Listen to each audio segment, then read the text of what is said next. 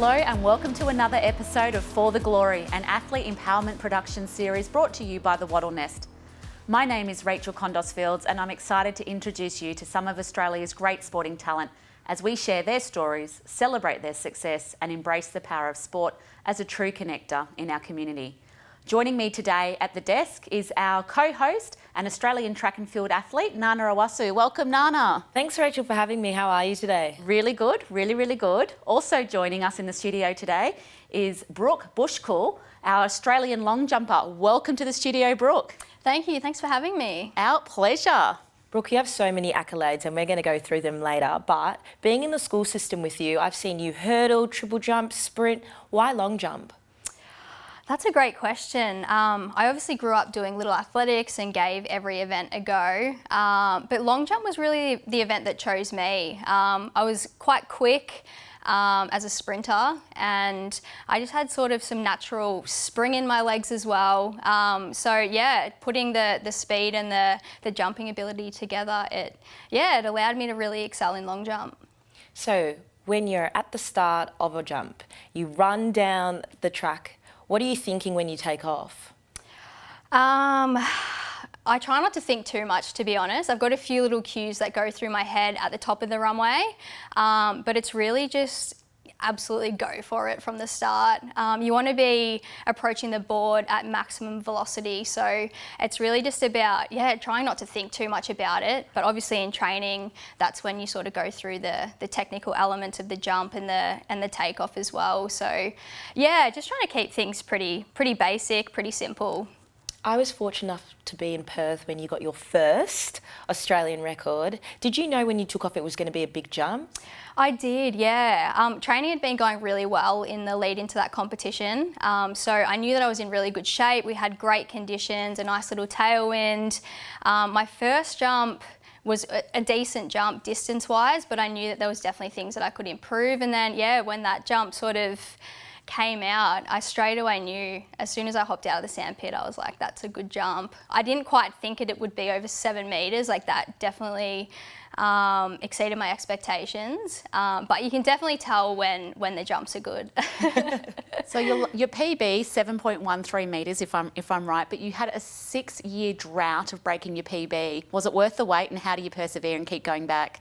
It was worth the wait for sure, but it definitely was very challenging, I guess, to stay really positive and to just keep believing in myself over those 6 years. I struggled a lot with self-doubt and just like a lack in confidence as well, particularly more so over the last few years. So to have been able to have knee surgery in September last year and then turn things around quite dramatically, even in Europe, sort of in June this year, I had some absolute shocker competitions, and to have been able to 1 month later jump a personal best of 7:13, it was super rewarding and I didn't expect it either, so that's sort of what made it so much more special. But it was a very big challenging I guess time trying to get back from knee surgery, and to be jumping a distance like that, I didn't expect it. It's pretty crazy.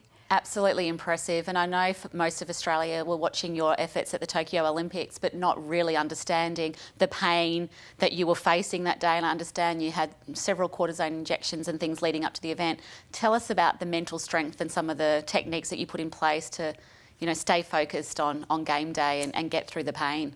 Yeah, so leading into Tokyo, obviously had quite a lot of knee pain. It had sort of dragged on for almost 8 months and we really just had to manage it just to be able to get me on the runway in Tokyo.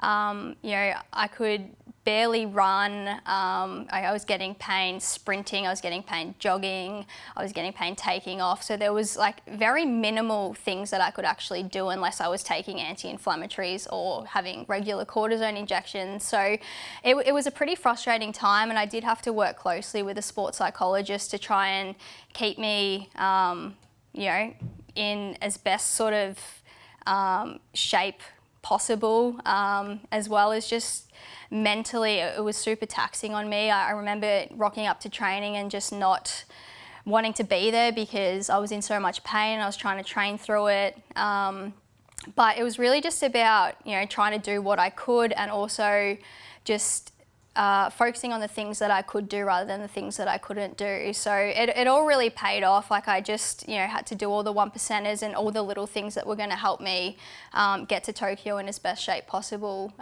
But yeah, it was very challenging mentally. So once I was able to get surgery and sort of come back and be able to compete with minimal pain, it makes the world of Game difference. changer, absolutely. Now, you're coached by your dad. Tell us a little bit about that dynamic. Yeah, my dad's been coaching me pretty much since I started athletics. I had a few little aths coaches, back when I was maybe in under 10s, but he started coaching me more so because he wanted to see me continue on with the sport, for the long term and in the long run. So he thought it'd be best to take me on as my coach, and he actually knew not much about long jump. He knew not much about athletics in general, having a background in football and cricket. But yeah, he basically, took me on and my siblings as well, and was coaching us, and sort of from there we've grown together. He's had quite a lot of mentors that have helped increase his knowledge on long jump and athletics, and it's worked really well. He understands me super well as both a person, as an athlete, and he sees sort of what goes on behind closed doors as well, being his daughter. And I think just having that understanding, knowing that, I live with 2 autoimmune diseases, and some days, I might not feel 100% at training. Just knowing that he's able to understand that and not sort of push me through some pretty tough times. I feel super lucky and obviously very grateful to be able to travel the world with my dad Very and my special. coach, and just ride the highs and lows with him, because there's been a lot of challenging times, but there's also been a lot of amazing times as well in sport for us both. Brooke, you talk about your autoimmune disease and you're very open about celiac disease. How has that affected you as an athlete, especially when you're travelling all over the world? Yes, I wouldn't say it's affected me as such in terms of, going to competitions and feeling unwell. I definitely have to come up with strategies that allow me to be able to be at my best for competition. So I try not to eat out before I compete, particularly because I don't want to risk gluten slipping into my diet, because one breadcrumb can cause damage to the small intestine of someone with celiac disease. So got to obviously be very careful there, and some of the symptoms are pretty unpleasant as well. So you don't want to be competing feeling unwell. But to be honest, I feel like if I didn't have celiac disease, things would be so much more smooth sailing for me. Particularly when I travel, it's pretty difficult trying to find gluten-free options a lot of the time. If I'm staying in a hotel room, I can't prepare my own meals, and I just don't know how safe eating out is. So I tend to try and book accommodation that has cooking facilities, but that's not always the case. I just try and manage it as best as possible, and try not to see it as a hindrance, even though it can be. You talk about travelling the world. Now, can you talk to us through the physical, the mental and the financial stresses of doing that, especially being one of the world's best long jumpers? You get into so many events such as the Diamond League. How do you support yourself in that aspect, and your dad? Yeah, that's a great question. I'm very lucky to have support from both Athletics Australia and the Victorian Institute of Sport, as well as my husband Nathan, who works very hard to allow me to be able to do what I do.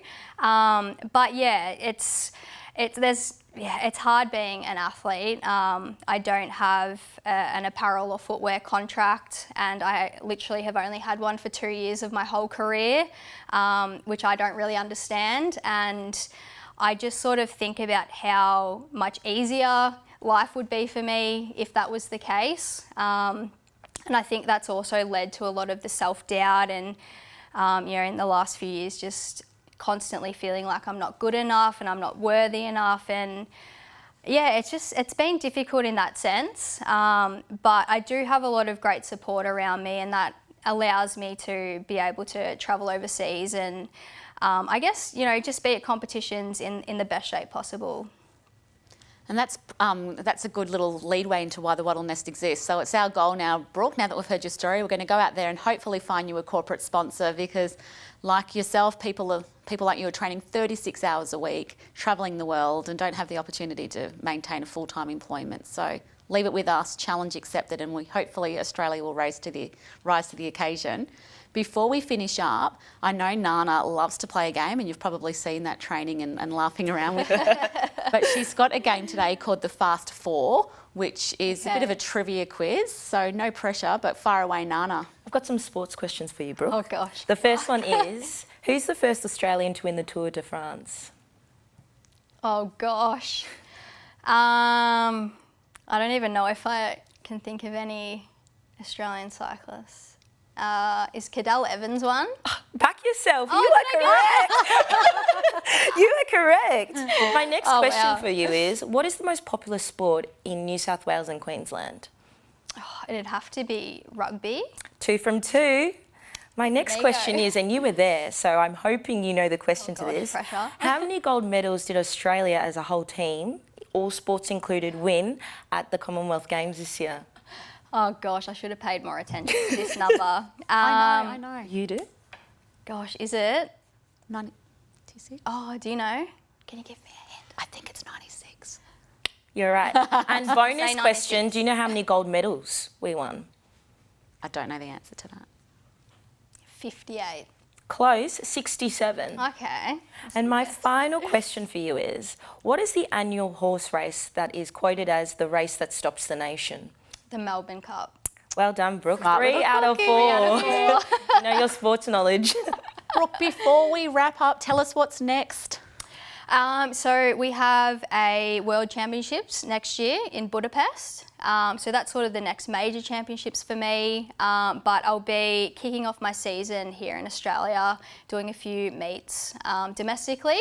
So I think late Jan is the plan, first comp to open up with, which is, really exciting. I'm looking forward to getting out there and seeing what I can do this season. Good luck. And from all of us at the Wattle Nest, we wish you the very, very best. And thank you so much for being part of our show today.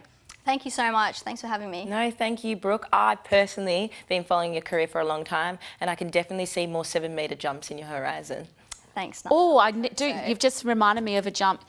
I've got a favour to ask from my husband, actually. My husband, Glenn Fields, loves his track and field. His bucket list, we went through them when we got married, is to rake the long jump mat at a Olympic Games. Can you hook him up and help him out? I'll see what I can do. I'll see what I can do. his I'm not bucket sure list. who to contact, but I'll give it a go. I do look after you, Glenn. Watch the space. Thanks, Brooke. That concludes this episode of For the Glory. Be sure to tune in next time as we discuss and share more stories from the professional athlete world. Until next time, take care.